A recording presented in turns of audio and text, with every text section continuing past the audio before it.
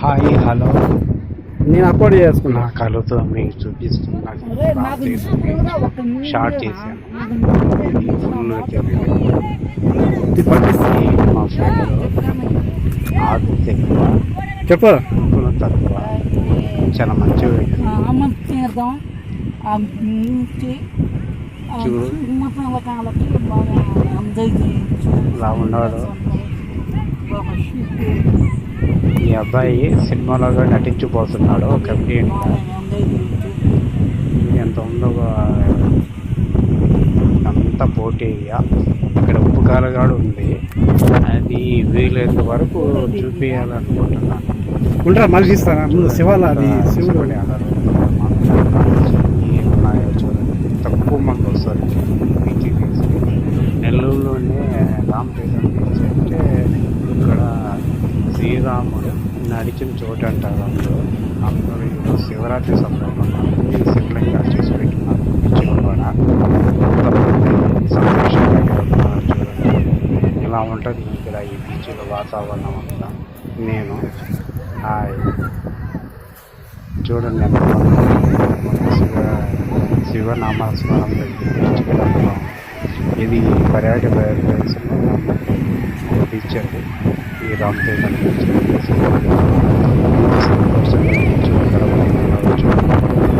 మన సంస్కృతి సంప్రదాయాలు భారతదేశం ప్రతి అనుగుణంగా ఉన్నట్టుగా ఈ కల్చర్ ఎంత బాగుందో చూడండి. ఈ బీచ్ చాలా పెద్దది, చాలా బాగుంటుంది, ఆహ్లాదకరంగా ఉంటుంది. ఎంతమంది వచ్చింటారు చూడండి. దర్శనం చేసుకోవడానికి రాళ్ళు కొట్టుకోకుండా ఎంత బాగుందో చూడండి. ఇక్కడిగా పూజ చేసేస్తాను అన్నట్టున్నారు ఉదయాన్నే. ఎంత బాగుందో చూడండి. ఎంత బాగుందో స్వామివారిని పూజించారు. చూడు ఎంత బాగుందో చూసాను. శాంతంగా ఉంటుందండి. నేను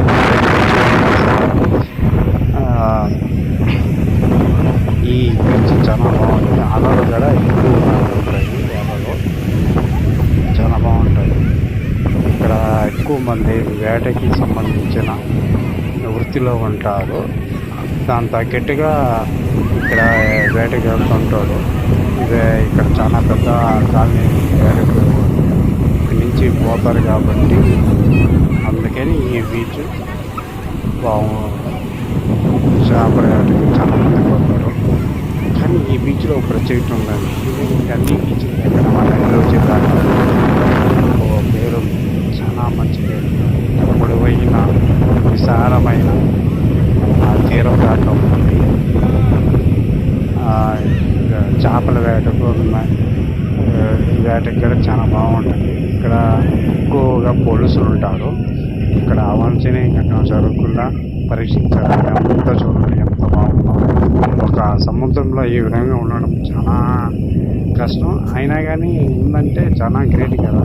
నీళ్ళకి మొక్కలు కూడా మొలుస్తున్నాయంటే ఇంకా బీచ్ ప్రత్యేకత ఎంతో చెప్పచ్చు కదా. అందులో మనం చూస్తున్నాయి పడవలకి చాలల్లో వెళ్తుంటారు.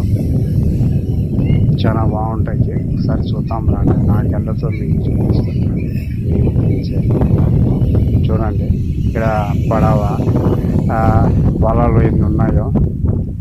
చాలా చేపలు పట్టినాటికి చాలా మంది పోతారు. చూడండి ఎంత బాగుందో. అలలు పడవలు చేపలు పట్టేందుకు వలలు ఎంత బాగున్నాయి చూడండి. మనమైతే చేయలేము, కానీ వాళ్ళకి అలవాటు కాబట్టి వాళ్ళు చేస్తారు. ఇక్కడే ఉప్కాల ఆనవాళ్ళగాడు ఉన్నాయి. వీలైనంత వరకు చూపించాలని చూడండి. ఆ సైట్లోనే చాలా బాగుంటుంది. అక్కడిక్కడ చేపలు పడుతుంటారు. బాగుంటుంది చూడండి. వరుసగా చాలా మంది ఇక్కడికి వస్తుంటారు. ఎక్కువగా లవర్స్ వస్తుంటారు ఇక్కడ ఈ బీచ్లో. అంటే ఇక్కడ దగ్గర ఉన్న ప్రాంతాల్లో ఉన్నాయి కదా, రామతీర్థం పక్కన గడువులో నుంచి చాలామంది చూసేదానికి బీచెస్ చూడండి. ఇంత విశాలమైన తీరమైన ఉందో ఈ రామతీర్థం బీచ్లో.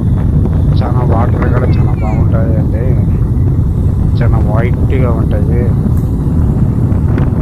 ఇక్కడ ఎంతమంది చూడండి లవర్స్ కానీ ఎంతమంది వస్తుంటారు చేస్తుంటారు. చాలా బాగుంటుంది ఈ బీచ్లో. మనం కూడా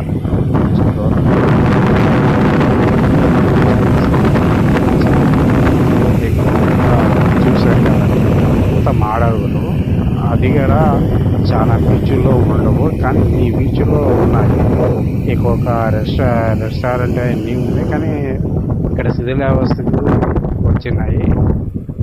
అదేందో కానీ నాకేం అర్థం కాలేదు. వీళ్ళే పగలగొట్టారా లేకపోతే ఏబుల్ టూరిజం బట్టి పగలగొట్టారా అర్థం కాదు. కానీ ఏపీ టూరిజం అంతా డెవలప్ చేయడానికి కూడా ప్రయత్నిస్తుంది, కానీ ఇక్కడ సెట్ కావట్లేదని నేను నా అభిప్రాయంగా ఉన్నానండి. ఇది చూడండి ఎంత అడిగి ఉందో, ఎంత కనిపించేదండి ఉప్పు కాలువ. బయటికి కనిపించిన అదంతా ఉప్పు కాలువ. ఇదంతా సముద్ర ఎంత పెద్దది ఉందో చూడండి, ఎంత బాగుంటుందో. ఒకసారి మీకు నచ్చితే ఒకసారి వెళ్ళేసి రండి, చాలా బాగుంటుంది. ఈ సముద్రం చాలా విశాలమైన అడిగి ఒక రోజంతా కాలక్షేపం చేయొచ్చు. ఎవరిని ఏమీ అనదు. ఇక్కడ చాలా బాగుంటుంది.